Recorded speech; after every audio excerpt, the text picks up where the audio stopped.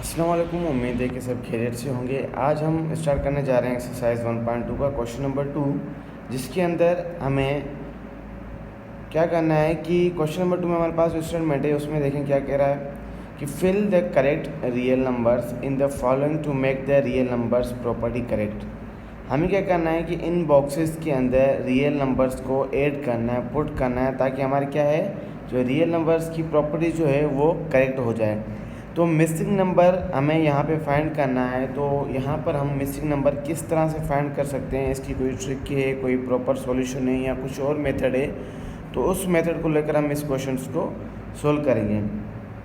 तो यहाँ पे देखेंगे अगर क्वेश्चन नंबर 1 पे ऊपर हम बात करें तो यहाँ पर हमारी जो है एक प्रॉपर्टी जो है यहाँ पे लग रही है। उस प्रॉपर्टी का अगर हमें अच्छी तरह से अगर प्रॉपर्टी याद होगी, हमें प्रॉपर्टीज अच्छी तरह से याद होगी, तो इस क्वेश्चन पे हमें ज़्यादा टाइम नहीं लगेगा।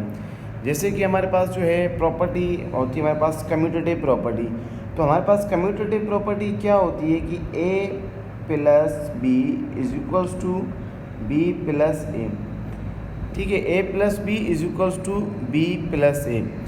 अब यहाँ पे अगर हम बात करें कुछ इसी तरह से हमारे पास जो है कुछ वैल्यूज़ हैं। अगर हम इसको फर्स्ट वैल्यू को ए का नाम देते हैं, फिर प्लस का साइन, फिर सेकंड वैल्यू को हम किसका नाम देते हैं, बी का नाम देते हैं, फिर इक्वल टू इस फिर उल्टी में अगर ए प्लस बी तो बी प्लस ए, तो ये सेकंड वाली वैल्यू किसका हो जाएगी, ये बी हो जाएगी। और ये वैल्यू जो है हमारे पास ये किसकी वैल्यू हो जाएगी, ये वैल्यू हो जाएगी हमारे पास ए की। ठीक है, ए की वैल्यू बी की वैल्यू बी की वैल्यू। अगर हमें प्रॉपर्टी पता है तो आप देख सकते हैं यहाँ पे जो प्रॉपर्टी लग रही है वो प्रॉपर्टी है हमारे पास कम्यूटेटिव प्रॉपर्टी। अब अगर देखा जाए तो ए की वैल्यू यहाँ पर भी 2/5 है, यहाँ पर भी 2/5, और यहाँ पे अगर बी की वैल्यू बात करें तो रेडिकल 6 डिनोमिनेटर में दोनों में है, तो न्यूमरेटर में यहाँ पे 3 है, तो यहाँ पर आपका कौन सा नंबर आना चाहिए, 3। तो इस तरह से आपका जो इस बॉक्स के अंदर जो नंबर आएगा वो आएगा 3।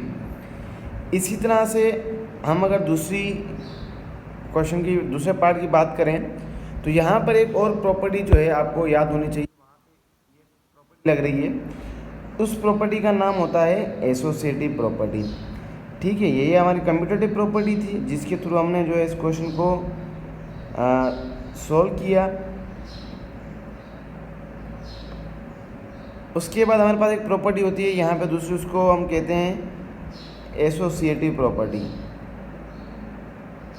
क्या कौन सी प्रॉपर्टी होती है, एसोसिएटिव प्रॉपर्टी।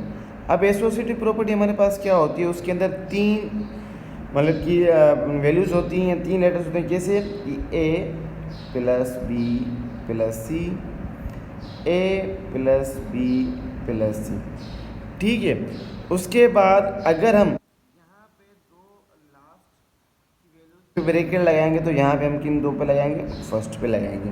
अगर यहाँ पे अगर 2 आप फर्स्ट पे लगाते हैं तो यहाँ पे आपको 2 लास्ट के अंदर ब्रैकेट लगानी होती है। तो यहाँ पे अगर देखें तो इन 2 प्रॉपर्टीज़ में हमारे पास ये कौन सी प्रॉपर्टी पे जा रहा है, ये इस प्रॉपर्टीज़ पे जा रहा है, फर्स्ट पे। तो इसी तरह से अगर हम इसको नाम देते हैं तो ये किसकी वैल्यू हो जाएगी, ए की, ये किसकी हो जाएगी, बी की, और ये किसकी हो जाएगी, सी की। इसी तरह से ये वैल्यू ए की, बी की और सी की। अब आप आसानी से नंबर्स फाइंड कर सकते हैं। ए की वैल्यू 7/10 है, तो यहाँ पे ए की वैल्यू क्या होनी चाहिए, 7/10। इसी तरह से बी की वैल्यू यहाँ पे 70 ये है, कुछ भी नहीं है बॉक्स में, और यहाँ पे ये है। तो बी की वैल्यू फर्स्ट वाली में जो हमारे देखें, अगर बी की वैल्यू यहाँ पर है 70 बॉक्स, और इस तरफ जो बी की वैल्यू है वो है बॉक्स और 10। तो आप समझ सकते हैं कि इन दोनों वैल्यूज़ को मैं उठाऊँ तो क्या हो जाएगी, 70/10। तो इसका मतलब है कि इन दोनों की वैल्यूज़ जो हैं, एक वैल्यू मैंने ऊपर से उठाई, एक वैल्यू यहाँ से उठाई, तो यहाँ क्या हो जाए 70/10। तो इसका मतलब है कि यहाँ पर हमारे पास क्या आना चाहिए, 10, और यहाँ पर क्या आना चाहिए, 70। इसी तरह से जो हमारे पास सी की वैल्यू है तो 16/33, तो यहाँ पे 16 यहाँ डिनोमिनेटर में वैल्यू मिसिंग है, तो क्या हो जाएगी 16/33। ठीक है जी, चलते हैं क्वेश्चन नंबर 2 के पार्ट 3 की तरफ। पार्ट 3 जो हमारे पास वो कुछ भी नहीं है, इसको सोल्व करना है, सिंप्लीफाई करना है और बॉक्स में बताना है कि बॉक्स में आपका जो है आंसर, आपकी जो वैल्यू है वो क्या आ जाएगी। देखें, अगर इसको आप सिंप्लीफाई करें, मतलब क्या अगर आप इसको आपस में मल्टीप्लाई करें फिर सिंप्लीफाई करें फिर भी आंसर वही आएगा, लेकिन यहाँ पे ये देखिए कैंसिल हो रहा है, 51 था 50, 51 था 50, 99 वन था 99, 99 वन था 99। तो मेरे पास वैल्यू कौन सी आएगी, 1 1 1 और 1, 1 1 सा 1 और 1 1 सा 1। डिनोमिनेटर का हम 1 लिखते नहीं है, तो इसकी वैल्यू मेरे पास क्या आ जाए, इसकी वैल्यू मेरे पास आ गई 1। तो मैं यहाँ पर क्या लिखूँगा, 1। इसी तरह से आपका क्वेश्चन नंबर जो है 4 भी होगा। कैसे कि यहाँ पर ब्रैकेट नहीं था, यहाँ पर ब्रैकेट है, यहाँ पर भी मल्टीप्लाई हो रहा है, यहाँ पर मल्टीप्लाई हो रहा है, तो टेबल लगाएंगे। 195 था 95, 195 था 95, 159 था 59, 159 था 59।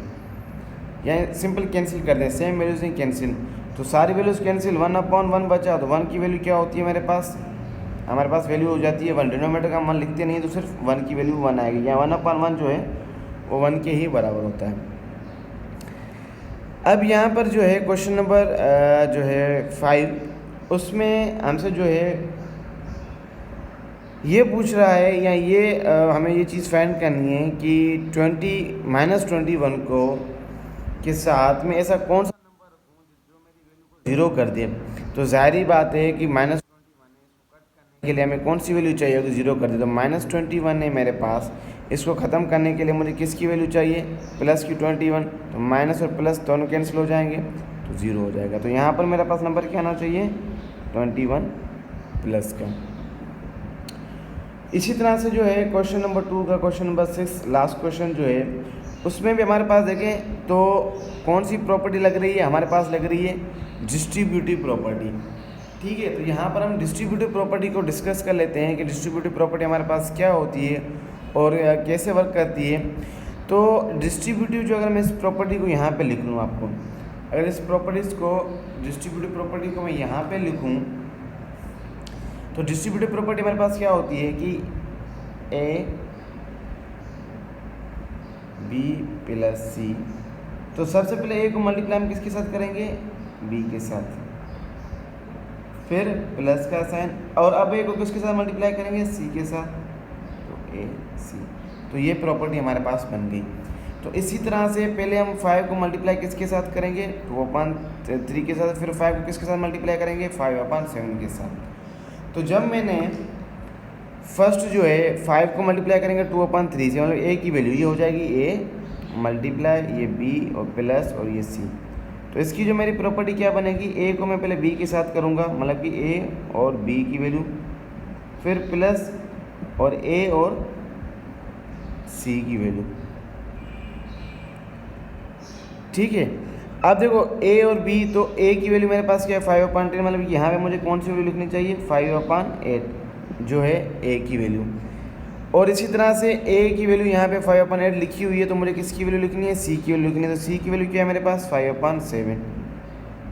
तो इस तरह से आपके जो है क्वेश्चन नंबर 2 के सारे पार्ट्स यहाँ पर हो गए। इसके अलावा अगर कोई क्यूरीज हो, कोई क्वेश्चन हो, तो आप कमेंट करके पूछ सकते हैं, या कोई मिस्टेक हो तो वो भी आप कमेंट करके मुझे बता सकते हैं। इस तरह के क्वेश्चंस में, फिल इन द ब्लैंक्स के क्वेश्चंस में, या इस तरह आपको अगर प्रॉपर्टीज़ अच्छी तरह से याद हैं, तो अगर आपको प्रॉपर्टीज़ अच्छी तरह से याद है तो आप आसानी से ये पूरा क्वेश्चन आप कर सकते हैं। तो आज के लिए इतना ही, बाकी इसकी जो वीडियोज़ का लिंक है आपको डिस्क्रिप्शन में मिल जाएगा। Thank you so much.